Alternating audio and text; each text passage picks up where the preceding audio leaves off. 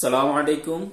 আমি doctor Naimul Kibria, BHMS Bangladesh homeopathy medical college, DHMS রোকেয়ান ইসলাম হোমিওপ্যাথি মেডিকেল কলেজ।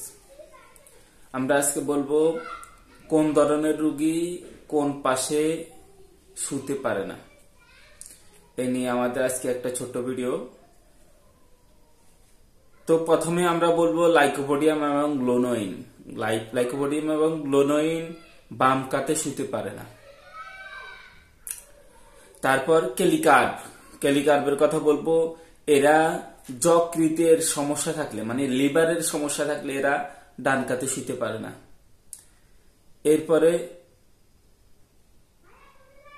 হৃদরোগে, এই ক্যালিকার্ভেই হৃদরোগে ডান পাশে শুতে পারে না। এখানে ব্যাপারটা আমি একটু ইয়ে করে বলি।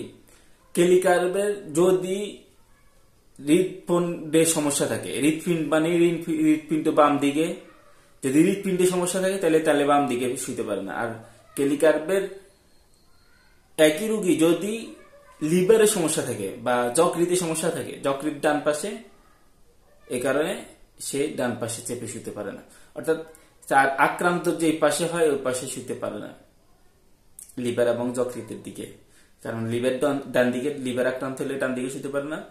আর হার্ট বাম দিকে, এই কারণে হার্ট আক্রমণ হলে বাম দিকে শুতে পারে না।